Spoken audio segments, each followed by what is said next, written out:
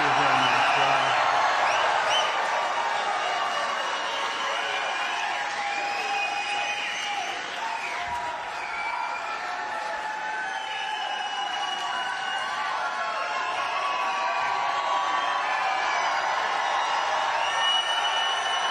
Thank you very much. Wow.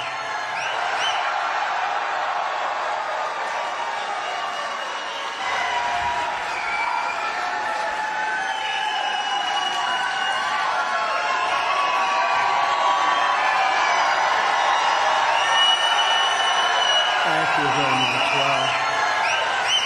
Hello, Iowa. Thank you very much. Thank you very much. What a place. I'm thrilled to be back with the thousands of proud, hardworking patriots in the heartland of America. This is the heartland. As you know, we're just 44 days away from Iowa's first in the nation caucuses. You know I kept you as first in the nation. Don't let other people take the credit. We kept you there. On Monday, January 15th, we're going to win the Iowa caucuses, and then we're going to crush crooked Joe Biden next November, and we are going to very simply make America great again.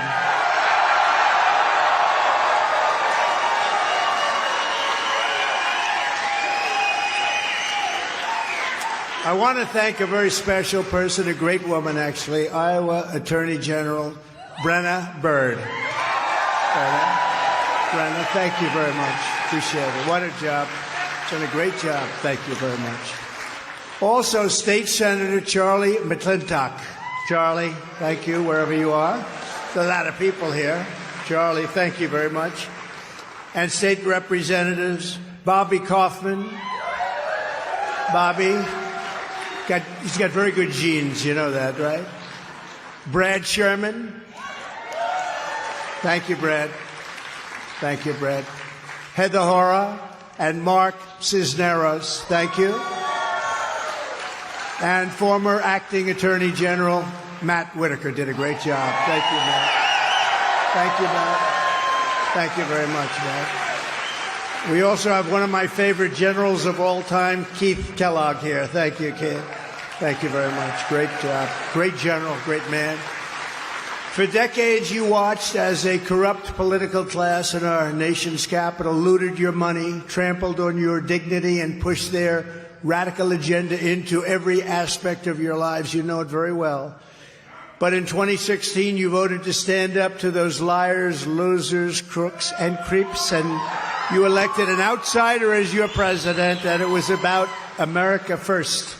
We want to put our country first. They haven't done that in a long time, but we did it for 4 years, and that's why we did so well. That's why it was one of the great presidencies, they say. Even the opponents sometimes say that he did very well. I have to say, take it back, they scream. His people say, take it back. From that day on, our opponents, and we had a lot of opponents, but we've been waging an all-out war in American democracy. You look at what they've been doing, and becoming more and more extreme and repressive. They have just waged an all-out war with each passing day. If they focused on our country, it would be a lot easier, because we're going to bring this country to levels that it hasn't seen before. We're going to take it to levels even higher than where we had it just 3 years ago. For 4 straight years, they tried to overthrow the duly elected president. You know about that. With one hoax, witch hunt, and abuse of power after another. Remember Russia, Russia, Russia. Remember all of that nonsense. All turned out to be fake. And since crooked Joe Biden got in, he has been weaponizing government against his political opponents like a third world communist tyrant. Really no different. You take a look at what's happening. And we're talking about to a lot of people, not just Donald Trump, a lot of people. But we got him. We got this thing. We got this thing.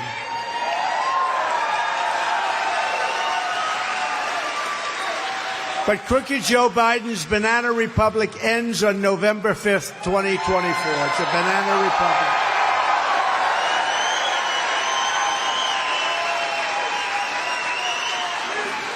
Biden and his radical left allies like to pose as defenders of democracy. You see, he was standing up there not so long ago with the pink and red background. That looked a little bit sinister. I don't know if he knew what the hell he was doing up there, but he was up there spewing the words that somebody wrote for him. But Joe Biden is not the defender of American democracy. Joe Biden is the destroyer of American democracy. And it's him and his people. They're the wreckers of the American dream. The American dream is dead with them in office. It's sad. We had such a dream. We had such an American dream. We had such an incredible administration. But it died when these people came into office. Over the past few years, you've watched Biden and his band of Marxists, communists, fascists try to crush free speech, censor their critics, criminalize dissent, destroy attorney-client privilege, which is something nobody ever thought they'd see in this country, and even attempt to imprison their leading electoral rival by far on bogus charges. That happens to be me, in case you forget. Happens to be me. But somehow I'm not worried. I'm not worried. That's why we're doing this, because we have to straighten out our country, what we've done, where we've come. Think of where we were 3 years ago and where we are now. We're laughed at all over the world. Nobody listens to us. They don't care what we say. We were respected. We were feared, but I don't want to say feared. We were feared, but we were respected. We were everything that a country could be at a level that this country has never been before. It was just 3 years ago. Now they laugh at us. Now they laugh at us. They laugh at a guy can't find his way off a stage. Can't use the stairs for Air Force One, has to use the children's stairs. That doesn't look good. You land in a country and you get off of the children's stairs. They've persecuted Christians and pro-life activists. You know that. They've labeled parents at school board meetings as domestic terrorists. I mean, can you believe it? But they have. You know, when I first heard that, they have actually gone after parents viciously and violently. And when I first heard it, I thought people were just making it up. They haven't made it up. You've seen that. And they're flooding our nation with tens of millions of illegal aliens while rapidly opposing things like voter ID. Why would you oppose voter ID? Voter identification. Why would you do that? Because you want to cheat. That's why. There's only one reason. You have identification for everything. You know, when they had their convention 3 years ago, they had their convention, and you had a pass the size of this book. See that book? It was like that. And it was hanging right here. And it had everything you wanted to know about, pictures from side views, from front views, from back views. That was their convention, but no good for voting. They don't want voter ID. So if Joe Biden wants to make this race a question of which candidate will defend our democracy and protect our freedoms, and I say to Crooked Joe, and he's crooked, the most corrupt president we've ever had, we will win that fight, and we're going to win it very big, very big.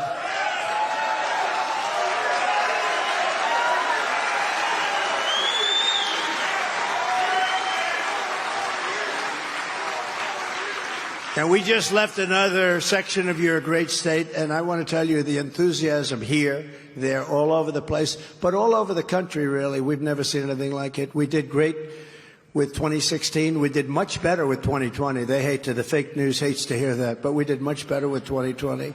Millions and millions of votes more. But the enthusiasm now is even greater than that. I've never seen anything like it, and you understand what I'm talking about, because we have to take our country back.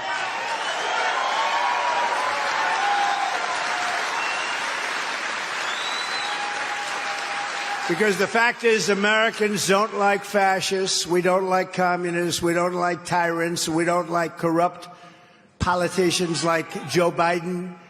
Without question, this is the worst president, most corrupt president in the history of the United States of America, without question. And I promise you this, if you put me back in the White House, their reign will be over and America will be a free nation once again. We're going to be a free nation.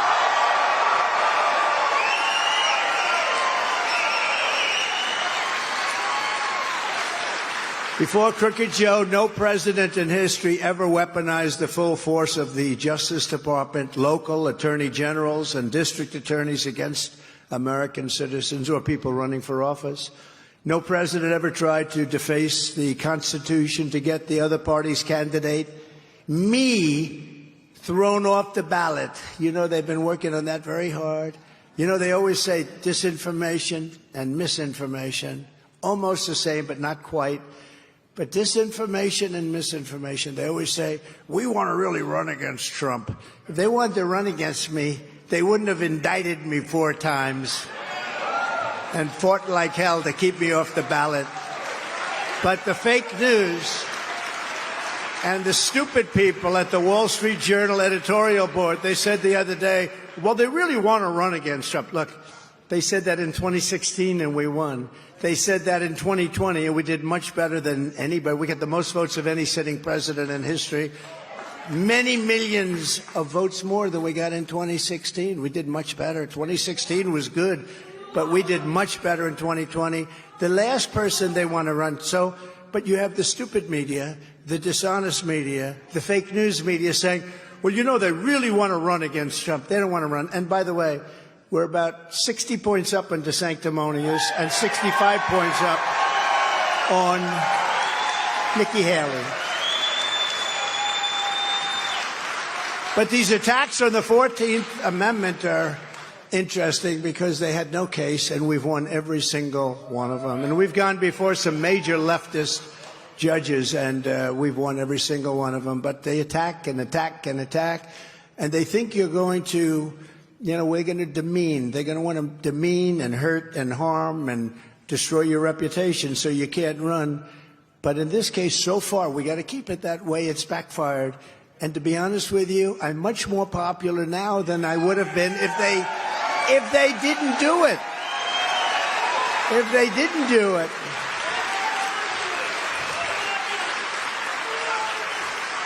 You've actually got the best poll numbers.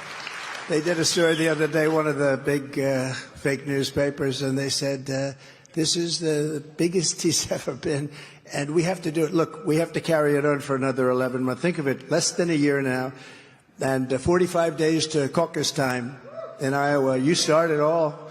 And remember, I said it before, I kept you there. Nobody else. I kept you there. Not your governor, not anybody. I kept you there. And you're going to be there for a long time. You're going to be number one. You're going to be first in the nation.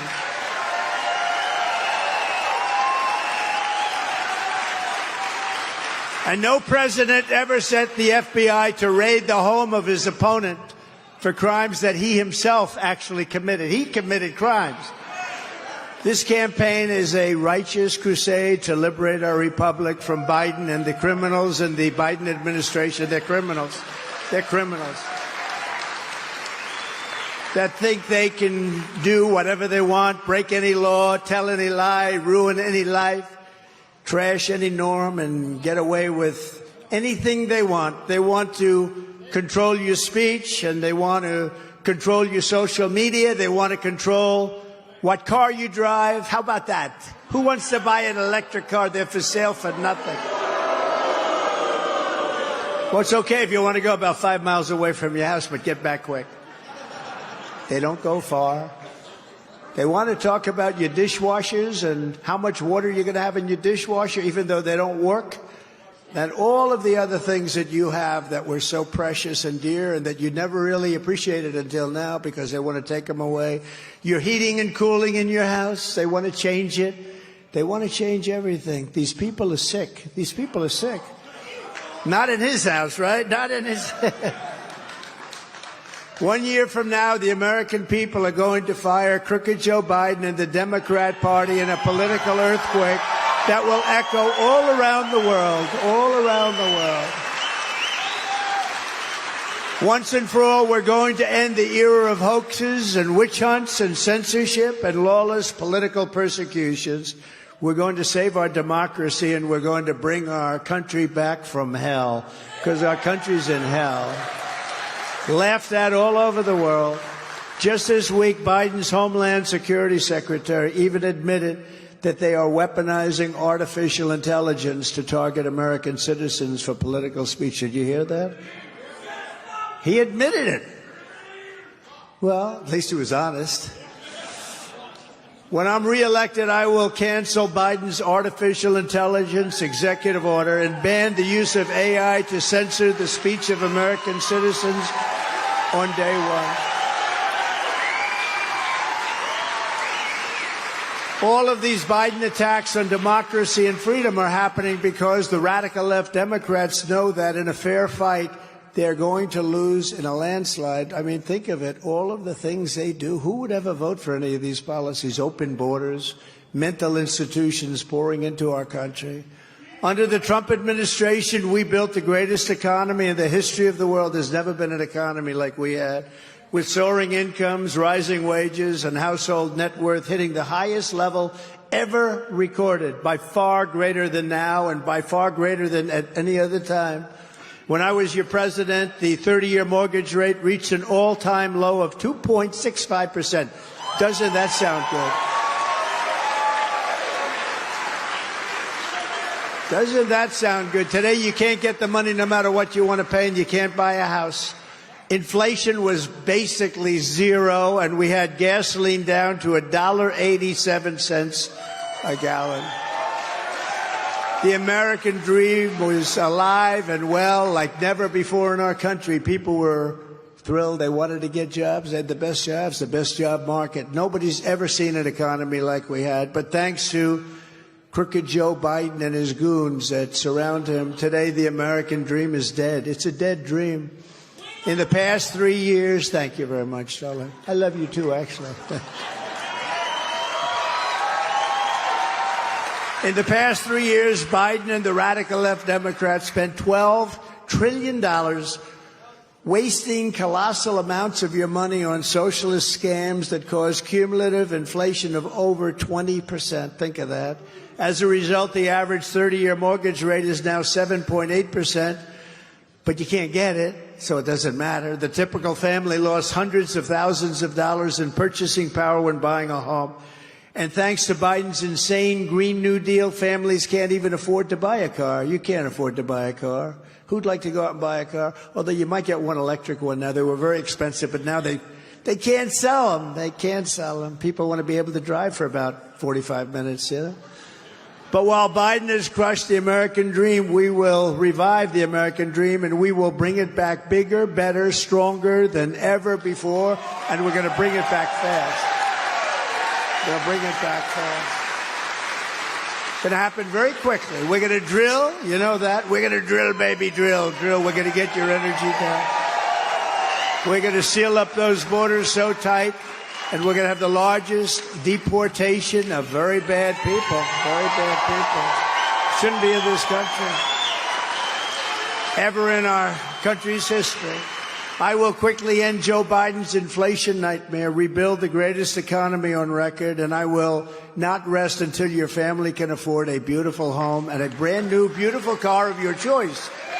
Combustion, electric, any way you want it, you're going to have lots of choice, and that's the way it should be. I'm not saying electric cars are bad.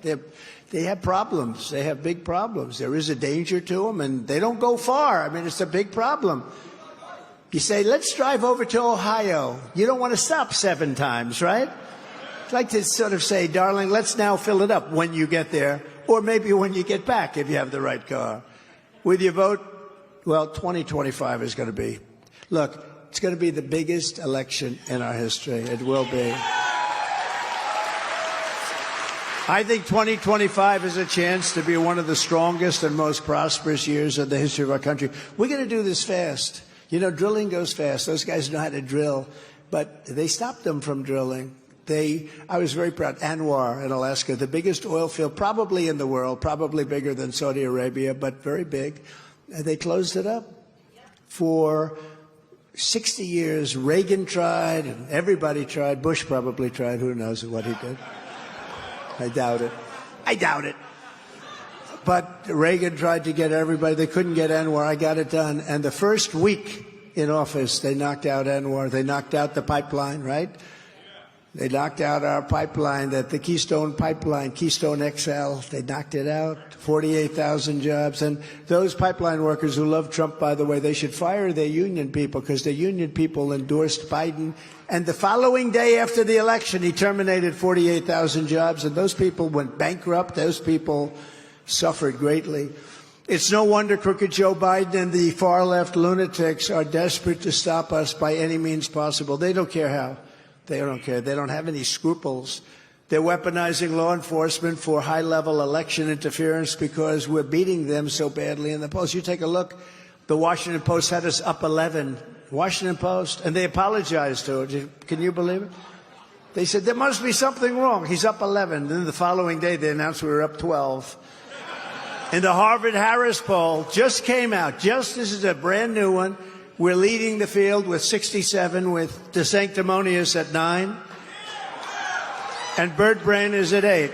She's 8. She was another beauty. She said, I will never run against you, sir. I will never run. You know, I mean, look, the Lieutenant Governor of South Carolina, Henry McMaster. Did anybody ever hear of him? He's great. So he was a lieutenant governor. He backed me. She backed another. I'm not going to say because he's a friend of mine now, but she backed somebody else. I thought she'd back me because I was always very nice. But, you know, sometimes nice in politics doesn't matter. And Henry McMaster was great. He was a lieutenant governor, and I wanted to make him governor. So what I did, I moved her over there. He became governor. He's done a fantastic job. And I got her. You know, she was fine. Bird Brain. There's a reason for that name, isn't there? And the other guy, I got him elected. He was elected because of me. And he forgot very quickly. I got him the nomination. Then I got him past a very hot politician at the time, who turned out a couple of years later to be a crackhead. But at the time, he was a very hot politician. They said, he's going to be president someday. And I said, well, Ron said to me, I don't think I can beat him, sir. I said, you beat him. Look, you just got the nomination. Thank you very much, President Trump. You just got the nomination. It was very interesting. He was losing by so much. I say to everybody, if George Washington and Abraham Lincoln came back to endorse him, it wouldn't have meant a thing. He had no chance. And I endorsed him. He went up like 40 or 50 points almost immediately, and he ended up winning. The people that he was running against, a good person. I didn't know him, so I didn't feel so guilty. I didn't know him. Somebody said he was a rhino, so it makes me feel better. But the person that he was running against was up by numbers that were not beatable. And when I came out and endorsed him, it was a whole different ballgame. And then I got him passed. We did 2 or 3 rallies. I think we had the lowest crowd was 48,000 people. We had tremendous rallies for Ron DeSanctimonious. That's why I call him Sanctimonious. I should take the D out, Sanctum, but I want to have a little relationship to his name. Remember, he tried to change his name. Do you remember? He tried to change his name to Ron DeSantis. It's Ron DeSantis, DeSantis. And I sent him a note. Never change your name in the middle of a campaign. It's not a good thing. But what we did was pretty amazing. We got him elected, and then 4 years later, the press is screaming at him, will you run against the president? And he said, I have no comment. I said, he has no comment. That means he's running. We got to hit this guy. And my geniuses backstage, I get paid all this money. They said, sir, don't bother talking about, because people don't care about loyalty. I said, I think they do care about loyalty. See, I think they do. I think they care a lot about loyalty. And we hit him very hard, and he's been falling out of the air like a very seriously wounded bird, right, to the ground. And it's a very pleasant thing to see. Now, it looks like he's gonzo, but we never want to say that. We got to get this thing finished. I never want to say, you know, on television today, they said the primaries are over. I said, don't listen to that. Don't listen. Nothing's over. I've seen things that are over, and bad things can happen. You got to get to the polls, you got to get to caucus, and you got to do your job, and we got to win. And then we got to focus on November, and we got to beat this crooked guy that's in office. And I never spoke about him this way. I was respectful, you know, modestly. How can you be respectful of this guy? He doesn't know anything. He can't put 2 sentences together. And he's negotiating our nuclear package with Kim Jong-un, who won't talk to him, by the way. He won't even talk to him. North Korea won't talk to him, but he likes me. He likes me. You know, for 4 years, you had no trouble with North Korea, did you? No trouble whatsoever. Started a little bit rough, right? Rocket Man, little Rocket Man. He said, we've got a red button on my desk, he said. I said, I have a red button also, but mine's bigger, better, and it works. Mine works. And then, no. And then I got a call from North Korea, and they wanted to meet. We met, and we really got along. We had a great relationship. You know, the press hates to hear that. They say when you have a great relationship. It's good to have a good relationship with people that have nuclear weapons and lots of other things. It's not a bad thing. It's a good thing. but we got along. And President Xi, can you imagine President Xi, who's a piece of granite? He's tough and smart. He's at the top of his game. And this guy walks into his office and talks. He walks into his office and falls asleep. That's what happens. You know, I said to President Xi of China, I said, could I ask you a question? Do you have much of a drug problem? No. We have no drug problem. And what do you attribute that to? He said, quick trial. I said, what's quick trial? I sort of knew, you know, but he said, I want to be nice, right? I said, what's quick trial? He said, we immediately give trials to drug dealers, and if they're guilty, which is probably about 119%, I would say they don't have a great chance, we execute them. And because of that, we no longer have a drug. They used to have a massive drug problem years ago. You know, every drug dealer is responsible on average for the life of the dealer for killing 500 people. And by the way, destroying families, terribly destroying families. And if we want to get rid of drugs, I'm sorry, I don't know that this country's ready for it. I think you should be ready for it because you take a look. But that's what you have to do with drug dealers, But we're totally dominating Biden in the general election, beating him by 6 points in the Harris poll and a whopping 18 points in some other polls. Can you imagine 18 points? A friend of mine called me who's not in politics. He says, could I ask you a question, President? What? How come you're only winning by 18? He doesn't realize they have certain constituencies that bring them up to like 38 or 39. Actually, brings them up to 38, 39, and he's at 35. So that tells you, in other words, that's pretty bad. But they do. They have a sort of a base of almost 40, and we don't have that base. We have to go out and earn it. And like in 2016, we just ran the whole East Coast of the country, and that made up for California, which I actually believe that if they didn't have rigged elections out there, if they didn't have all the paper ballots, you know, they send out like 36 million ballots, and nobody knows where the hell they're going to or coming from. I think a few people know where they're going to, and a few people know where they're coming from. But I think if you had a real election and Jesus came down and God came down and said, I'm going to be the scorekeeper here, I think it would win there. I think it would win in Illinois, and I think it would win in New York, which is all places that, in theory,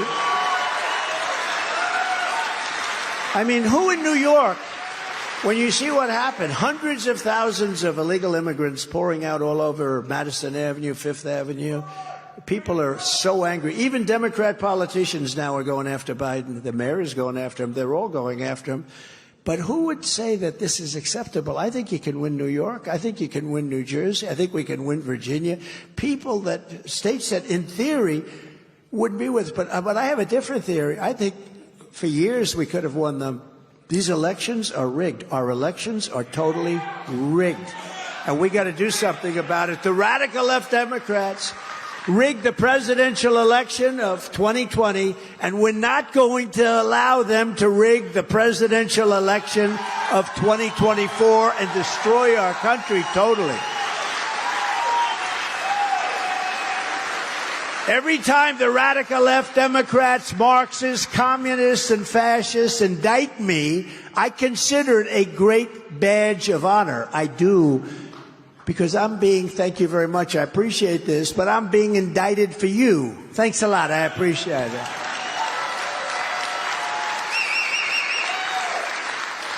Now, I'm sure nobody in this crowd ever heard of Al Capone. Nobody, who would ever? Scarface, right? He's got a scar from here to here, meaning he had, right? This was not from playing tiddlywinks, like tiddlywinks. This was tough stuff. He only got indicted once. He got indicted. I got indicted 4 times because I'm questioning a crooked election. But we're not questioning it. We know the results. We know it. And when we go through courts, if we ever even have to do it, because you have presidential privilege, and also we should never have to do that. But if we do, we want to redo the election only from the standpoint we want that election. We want to look at it very carefully. We have so much information. There was so much corruption in that election. You take a look. It's incredible. Just the other day in Georgia, 3,600 votes that were duplicated so that you had double votes.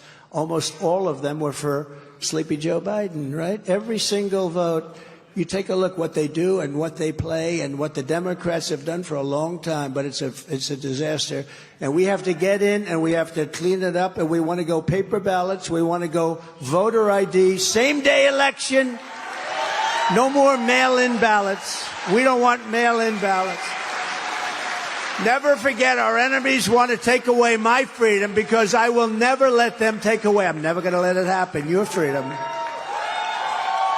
They want to silence me because I will never let them silence you. And in the end, they're not after me. They're after you. I just happen to be standing in the way. That's true. You know, if I wouldn't be running for office, or if I was in fifth place or whatever. Oh, I felt badly, though. I just saw a poll come out in New Hampshire. Ron is in fifth place. Well, that's a hell of a laugh. That's a guy that's voting for Trump, I'll tell you. He is. He's my friend, actually. But that is one hell of a laugh you have. I've never heard that before.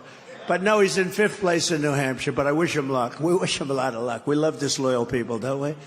This is far more than a campaign that we're doing. We have everyone involved. This is the greatest political movement in the history of our country, probably the greatest political movement in the history of the world. There's never been anything like that.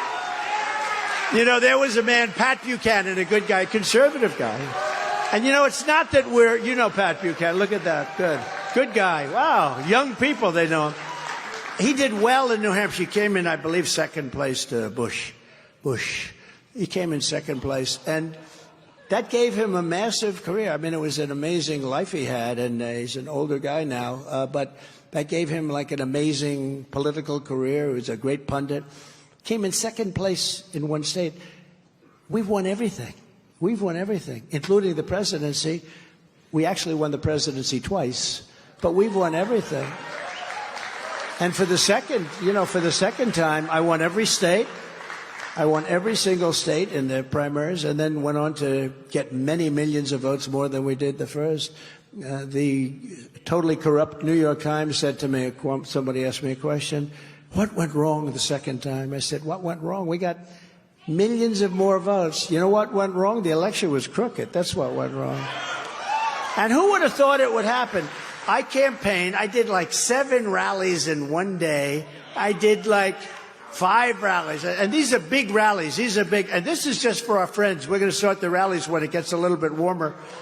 Because honestly, you have no place where you can even have them. Because we'll get 50, 60,000 people. And we know because those are front row shows. Am I right? But we're going to start them when the weather gets a little bit warmer. But now, in all fairness, that's not going to help you because you've got January coming up. So it's not going to help you guys, but we're going to have very big ones. But who would ever thought a thing like this would happen where you go out and you run and you think you're doing well and you're getting 50, 60, 70,000 people. We went to South Carolina recently, a couple of months ago. We had 83,000 people show up. We went to Texas. We had over 100,000 people. So you go home and you think you're going to sit down, watch television, and watch this great election. Now, that happened in 2016 because we got them unprepared. And they said, we'll never let this happen again. We're never going to let it happen again. Hillary Clinton said, why didn't they do that for me? And they actually tried. What happened is they had no idea the level of popularity that we had. That's what happened. They did try. They underestimated us. These are very dishonest, very crooked people. But with your help, we're going to keep fighting for Iowa families. Nobody's fought more for the farmer than I have. Nobody's fought harder for Iowa. Nobody. There's nobody. Together, we ended the NAFTA disaster, the single worst trade deal ever made in our country, and replaced it with the best trade deal ever made in our country, the USMCA. It's the best deal ever made. In fact, so good that Mexico and Canada want to renegotiate the deal right now. And I would tell our people in Washington, don't do it. Don't do it. We suffered with NAFTA for decades. It was such a horrible deal. Do you know they made typos in that deal? Nobody knows this. They made typos or numbers. The numbers were much bigger. They say they were typos. They didn't even change them.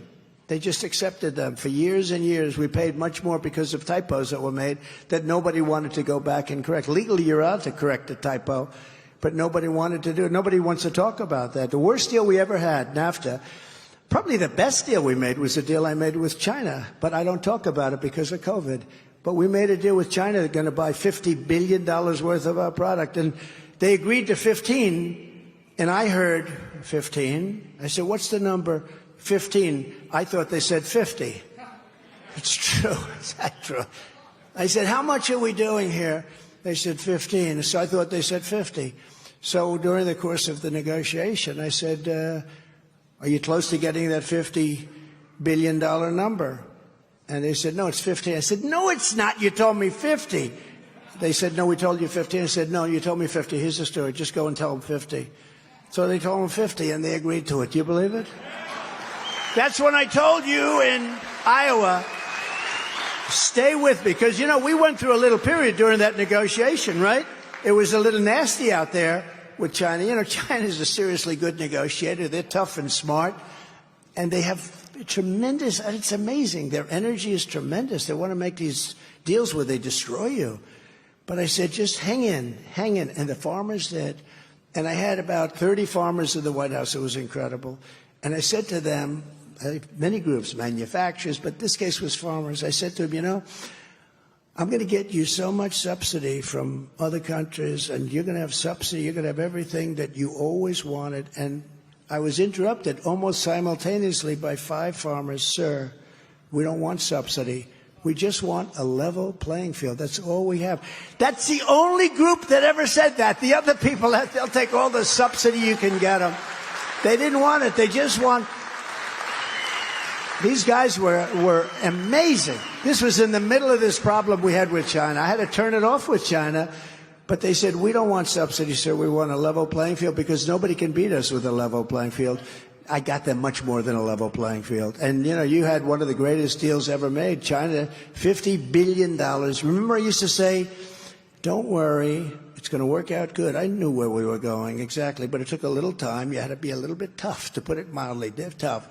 I said, don't worry, go out and buy larger land, get more land, and get bigger tractors. Remember, I said, go out just right now. You can bank on it. Go out and get more land and bigger tractors. And I turned out to be right.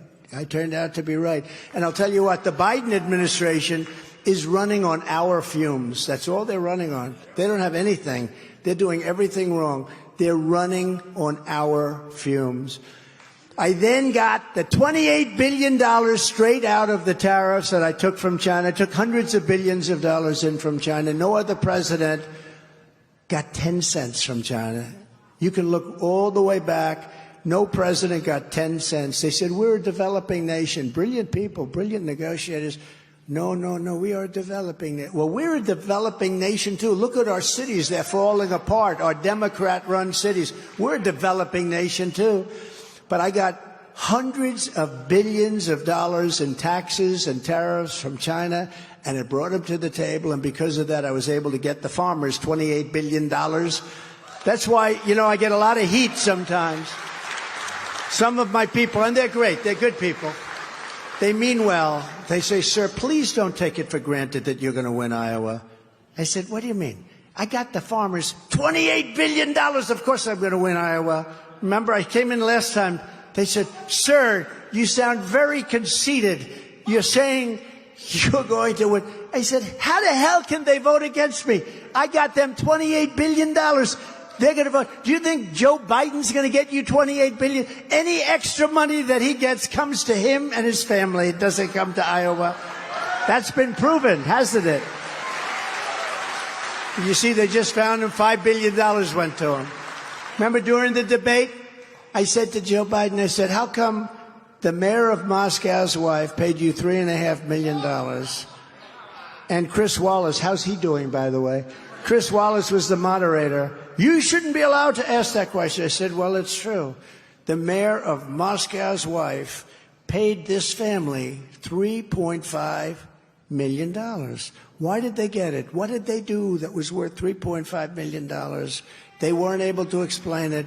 Now it's turned out to be a big case. I was right. Chris Wallace, it was like fighting 2 people. Of course, it was really like fighting 1 person. Because that was a beauty. But now it's turned out to be a very big really big subject. He got $3.5 million from Moscow, and nobody knows why, and they can't justify it. What did you do for the 3.5? At least say you did something. There's nothing. They didn't do anything. You know what they did. It's called laundering. Just as I promised, I also fought for Iowa ethanol, issuing a historic rule declaring the E15 would be made available all year round, and also letting them use existing pumps. It doesn't sound like much, not very glamorous for a speech, show that you're allowed to use, but that was millions, tens of millions of dollars. They had great pumps, actually better than the new ones, and they wanted to know if they could use them, and they weren't allowed to use them under the legislation, and I gave them the right to use the existing pumps. They were actually just as good or better, and they saved hundreds of millions of dollars. But I was able to do that for the farmers and for the state. Ron DeSanctimonious is a opponent, really a raging opponent of ethanol. He's against ethanol. He fights it. He was fighting it all the time. Now all of a sudden he's saying, no, I'm actually for it. Oh, it's this politician. They're against it when they need it, but you know what? They always go back to their original thought. But I was your ethanol champion for 4 years in the White House. There was nobody could have kept it like I kept it, including getting it from 8 months to 12 months. They could never justify that. I said, why are they only allowed to use it for 8 months? They told me something about heat. I said, do me a favor, it's fine. We're going to do it for 12. But we did a good job for ethanol. Together we achieved the most secure border in U.S. history.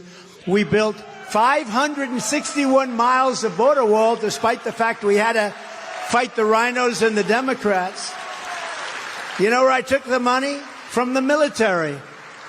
I got $700 billion from the military. I said, excuse me, we're taking 10 and we're building the wall, because you couldn't get them from the rhinos, Mitch McConnell and these guys. You couldn't get it. He was not good, not good. You couldn't get it from him, and Paul Ryan was like this a real jerk, a real fool, like a stupid fool. But these guys, they wouldn't give it to you. They wouldn't give it. And now they end up giving trillions of dollars to this character, Biden. And he goes around saying, we'll build a bridge, we'll build whatever you want, trying to buy votes. But it's not working because they are down the tubes. What it is doing is causing tremendous inflation. That's what that does. And that's what's happening in our country. And that's what's killing so many families. I also got Mexico to give us 28,000 soldiers, and free of charge. I said to the president of Mexico, we have to get you to give us soldiers to guard our border while I'm building the border wall, because we're building this great wall. It's exactly the wall that Border Patrol. I didn't actually like it. I wanted to have concrete plank, like parking garage plank, going up in the air 40 feet, 50 feet up in the air, perfect. But the Border Patrol didn't want, they had to have steel on the outside, they wanted concrete, and then they wanted rebar, they wanted different materials, and they wanted to be able to see through. You had to be able to see through. So I built it as they wanted it, everything they wanted. It was actually more expensive doing it that way than my way. And it was amazing how successful it was. And, for those people that like to say, oh, but he didn't get Mexico to pay for it. Not the whole thing. There was no mechanism. So what I did do is I got 28,000 soldiers from Mexico, and that's much more expensive than having them pay for a piece of the wall. And it was very interesting because they said, we will not pay for that. How could you ask us for a thing like that? I said, no, you're going to pay for it. You have to pay for it. No, we're not going to do it. The president, who I have a lot of respect for, I really like him, even though he's a socialist, that's okay. Can't have everything, as I say. Can't have everything. But he's a great guy, the president of Mexico. And I said, no, you got to pay for it. So they sent their top negotiator to see me in Washington. And I had the people from the State Department. A woman from the State Department who only handles Mexico said, sir, they're not going to pay for this. And they're not going to pay for a thing called Remain in Mexico. That was me. Remain in Mexico was a Trump deal. They were all Trump deals, everything. We had 10 things. I said to Border Patrol, these people are incredible people, by the way, ICE and Border Patrol. I said, give me the 10 most important thing that you need from Mexico and from the other South American countries. They gave me 10 things, all of which were impossible. Catch and release in Mexico, as opposed to, catch and release is we catch them, release them into the United States. I said, no, we catch them and release them into Mexico. I got everything. But I said to them, you have to give us 28,000 soldiers free of charge. And he laughed at me like I was like a fool. We don't like being called a fool. He laughed at me. I said, you can't laugh at me. Why are you laughing at me? You know you're going to pay it, don't you? No, we're not going to pay it. Why would we pay for a thing like that? I said, you're going to pay it 100%. Look at me in the eye. I told them, look at me in the eye. You're going to pay it. No, we're not. I said, yes, you are. Here's what we're going to do. It's Friday now. On Monday morning at 7 o'clock in the morning, every car and every product that Mexico makes coming into the United States will have a 25% tariff on it, which is far more money than you're talking about for the soldiers, who you're paying anyway. So you're going to either do it or that. Sir, I'd like to make a phone call. Please come back quickly. He came back within 5 minutes. Sure, it would be our great honor to give you 28,000 soldiers, to have a policy of remain in Mexico, to have catch and release in Mexico, and 7 other things that were, frankly, in many cases worse. And we had the safest border in our history, and it wasn't really that tough. I appointed nearly 300 federal judges and 3 great Supreme Court justices. That was a big deal. I kept my promise, recognized Israel's eternal capital, and opened the American embassy in Jerusalem. Nobody thought that was possible, right? I also recognized Israeli sovereignty over the Golan Heights. So horrible what's happening in the last 6 weeks. Think of it. You go back 3 months, 4 months, but go back 3 years. This is an impossible. This would have never happened. What happened, the attack on Israel would have never happened. Iran was broke under the Trump administration. They were broke because I wouldn't allow any country to buy oil. China, I wouldn't allow them. I said to President Xi, if you buy oil, you're not going to do business in the United States, and I'm going to tariff you at 100%. He said, like you said, we're not doing any business with Iran. Same thing with many countries, France, every country. I said, any country, India was a big one. They were a big buyer. Any country that does business with Iran is not going to do any business with the United States. And any goods that you do send in, we're going to tariff you at 100%. So they did virtually no sales of oil, and they were broke. They were broke. And they had no money for Hamas, and they had no money for Hezbollah. They had no money for any of these many terrorist organizations. Now they're very rich because Biden lifted all of that stuff off. We would have had a deal. If the election weren't rigged, we would have had a deal with Iran within the first week I was back in office. They were ready to make a deal. They were broke. And a Democrat politician last week said on, I think, Deface the Nation, a show called Deface, ladies and gentlemen, Donald Trump on Deface the Nation. You know, it's sometimes referred to as Face the Nation. I like Deface the Nation better. But it was on that. Another one was on Meet the Press. I call that one Meet the Fake Press. But they said, well, I will admit one thing. Under President Trump, Iran was broke. Because Iran is the problem, because they have all the money. So not only did we give them $6 billion for 5 people, hostages, or whatever you want to call them, that shouldn't have been there, by the way. They shouldn't have been there. But we gave them $6 billion. Think of that. And then we gave them $10 billion for electricity going to Iraq. I don't know if you know about that, but they sold electricity to Iraq, and we gave them 10. So we gave them 16. And everyone says, oh, that's so much. And that's peanuts. We gave them $250 billion in the selling of oil. They're selling millions and millions of barrels of oil to China, to India, to all these countries that weren't buying under the Trump administration, took off all of the sanctions and all of the verbal thrashings that I'd give these people. I said, if you want to do that, you're not going to do any more business in the United States where they make a lot of money. So we had it done. It was a done deal. And then we had the bad results with the election. Horrible, horrible results. What a different country when you think about it. I'm just saying up here, talking to you, just like I've got 3 people in the room. You know, what a terrible thing has happened to our country over an election. Over an election. Think of our country would have been, we would have had no inflation. We wouldn't have had the surrender in Afghanistan, which was probably the worst and most embarrassing day in the history of this country that the fake news doesn't talk about. They never talk about it anymore because they're really bad. They're fake. It's not what they say, it's what they don't say, because what they don't tell you is far worse than what they tell you. But we would have had a much different country. We would have continued to have the greatest economy ever. But we're going to bring it back. I withdrew from the disastrous Iran nuclear deal. That was one of the biggest things I did for Israel, but nothing happened with it because they didn't, when they withdrew, you're supposed to make a deal. They were broke. They withdrew. You were supposed to make a deal. And with the historic Abraham Accords, I even made peace in the Middle East. We're going to have peace in the Middle East. So for 4 straight years, I kept America safe. I kept Israel safe. I kept Ukraine safe. None of this stuff would have happened. And I kept the entire world safe. And we will again as the 47th President of the United States. We'll do it again. Thank you. I'm the only candidate who can make this promise, and this is one of the biggest promises because our country's never been in a situation like this. We have a man that has no clue negotiating with nuclear weapons. I will prevent World War III. I will prevent it.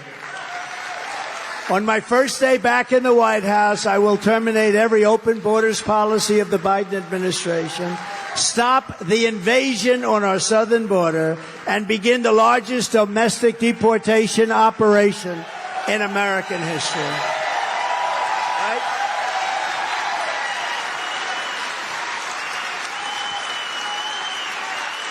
Does anybody want to hear the snake? Do you know what the snake is? Do you want it? Does anybody know what the snake is? It's something, it was a song written many years ago and changed it around a little bit. Should I say it or not? I don't know. Madam Attorney General, should I do the snake? Okay. If the Attorney General wants it, I'm doing it. She's great. So this is really a metaphor. This is a situation that's happening on our border and elsewhere, where we're allowing people to come into our country that are very dangerous. And it's really, I think, perfect. And unfortunately, it's true, because we're waiting for disasters, the likes of which we probably have never seen before. China, just recently, we found out 27,000 people come in, all young men, no wives, family, and children, all young men. What are they, building an army in our country?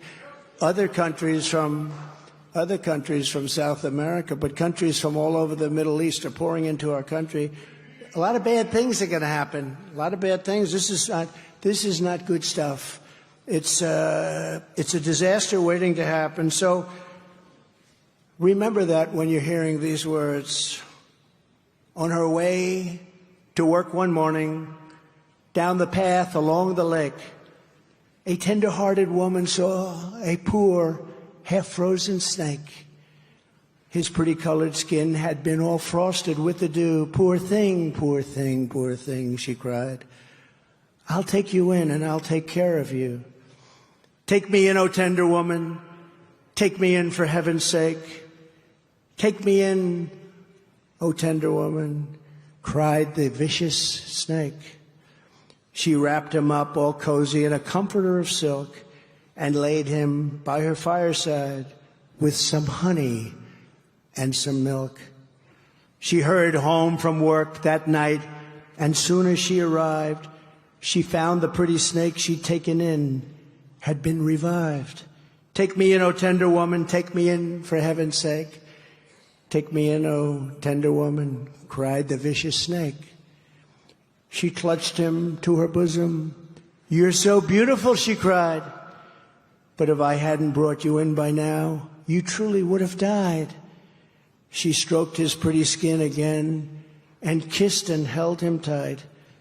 But instead of saying, thank you, ma'am, the snake gave her a vicious bite. Take me in, O tender woman, take me in for heaven's sake. Take me in, O tender woman, sighed the vicious snake. I saved you, cried the woman, and you've bitten me, but why? You know your bite is poisonous, and now I'm going to die.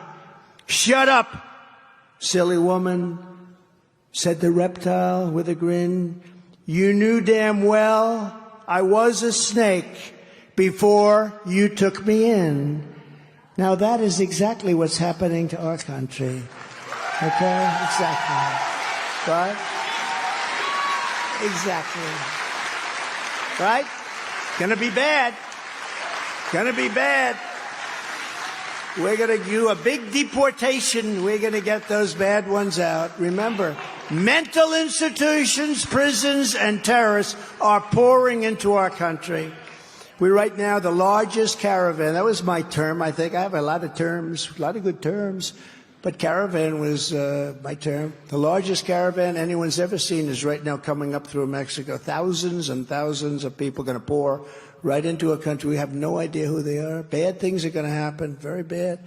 I will immediately restore and expand the Trump travel ban on entry from terror-plagued countries, and I will implement strong ideological screening on all immigrants. We have no choice. If you hate America, if you want to abolish Israel, if you sympathize with jihadists, then we don't want you in our country, and you're not going to come into our country. We will restore law and order to our communities, and we will respect our police again. And I will direct a completely overhauled DOJ to investigate every Marxist prosecutor in America for their illegal, racist, in reverse enforcement of the law.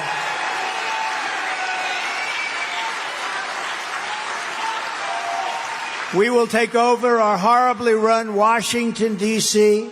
It is horribly run. Have you seen it? It's filthy, dirty, with graffiti all over the most beautiful marble columns, magnificent columns built 200 years ago, 100 years ago.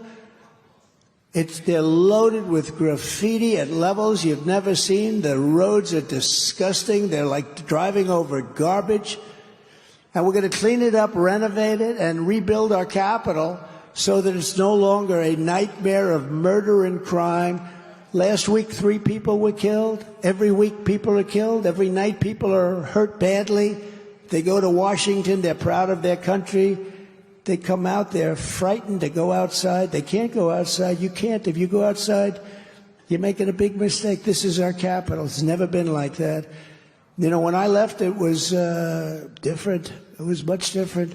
But years ago, it was really amazing. Now what they're doing, you know, I wouldn't allow anybody to put their tent up on our lawns, our beautiful parks.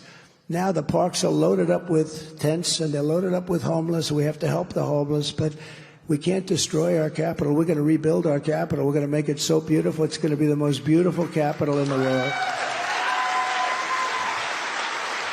And unlike Ron DeSantis, I will protect Social Security and Medicare for our great seniors. They deserve it. Why are we doing this? There's so many ways we can make money. Drill. Much more money than we're talking about. We drill. Got more liquid gold than anybody in the world. We're also going to fight to give much better health care than what you have right now. This is a newer subject, but Obamacare is a disaster. And I said, we're going to do something about it. I saved Obamacare when we got John McCain's negative vote. You know, he voted against it after campaigning for many, many years. He said, thumbs down. It was an amazing night. But we're going to fix it because it's a catastrophe for family budgets. Even Elizabeth Pocahontas Warren, have you ever heard of her? Now, she's Pocahontas because of her great Indian heritage. She even said that it needs to be fixed. Pocahontas said it has to be fixed, so we're going to fix it. We're in open enrollment. You know, we have an open enrollment season right now on Obamacare, and everybody's seeing how staggeringly and brutally expensive their plans have become, right? They're like crazy what's going on with the plans, the way they're up. They're not affordable. Under this complete and total Democrat-created disaster, a family of 4 is paying over $1,500 a month for health care plans with a $10,000 deductible. $10,000, you know, you're going to be hit by a truck. That's a big deal. $10,000 deductible. So you get nothing, basically. You're paying into something, you get nothing. A 60-year-old couple is paying $2,000 a month with that big deductible. We're going to make it much less expensive for people. We're going to make it much better care. And we're going to give far more options to American patients. And we're not looking to save. We're looking to help people. You know, they said, oh, I'm going to attack Obamacare. I'm not attacking it. When we had Obamacare, I fixed it and made it work. But I also made the statement, it will never be any good. It will never be any good. And it is no good. We're going to give you great health care. That's what we're going to give you. On day one, I will sign a new executive order to cut federal funding for any school pushing critical race theory, transgender insanity, and other inappropriate racial, sexual, or political content on our children. And I will not give one penny to any school that has a vaccine mandate or a mask mandate. And this is one I can't even believe I have to say. I will keep men out of women's sports. Do you believe it? Yeah. I will fully uphold the Second Amendment, and I have done that. I will protect innocent life. We will restore free speech. We do not have free speech. And I will secure our elections. Our goal will be, as I said before, one-day voting with paper ballots and voter ID. It's very simple. And by the way, do you know how much money you save on the machines? You'll be spending 1/10 or less to get better elections, safer elections. But until then, Republicans must win so I can get that job done. If you want to save America from crooked Joe Biden, then get every patriot you know. Make sure they're registered Republicans and get them out to vote their local precinct caucus at 7 p.m. So it's 7 p.m. on Monday, January 15th, Martin Luther King Day, and get out there and do a job. Do a job. You know, if we can get the big numbers, there's nothing they can do. They cheat, and they're always going to cheat. We're going to try and keep it down to a minimum. They cheat like hell. That's all they know how to do. That's the only thing they do well. Their policies are, who the hell wants open borders, high taxes, high interest rates, can't buy a home, bad education? There's not a thing they do that's, how can you win elections like that? You know how? By cheating. That's what they have to do. And they cheat, and they don't care, and they don't care how many times you vote. Vote as many times as you can. Where Republicans say, sir, I'm an American citizen. I can only vote once. You know, that's the way it is. And there's something nice about that. But what they do in elections should never, ever have happened. We are asking you to commit to caucus for us and bring as many people as you can to caucus for the campaign. Sign up at ia.donaldjtrump.com.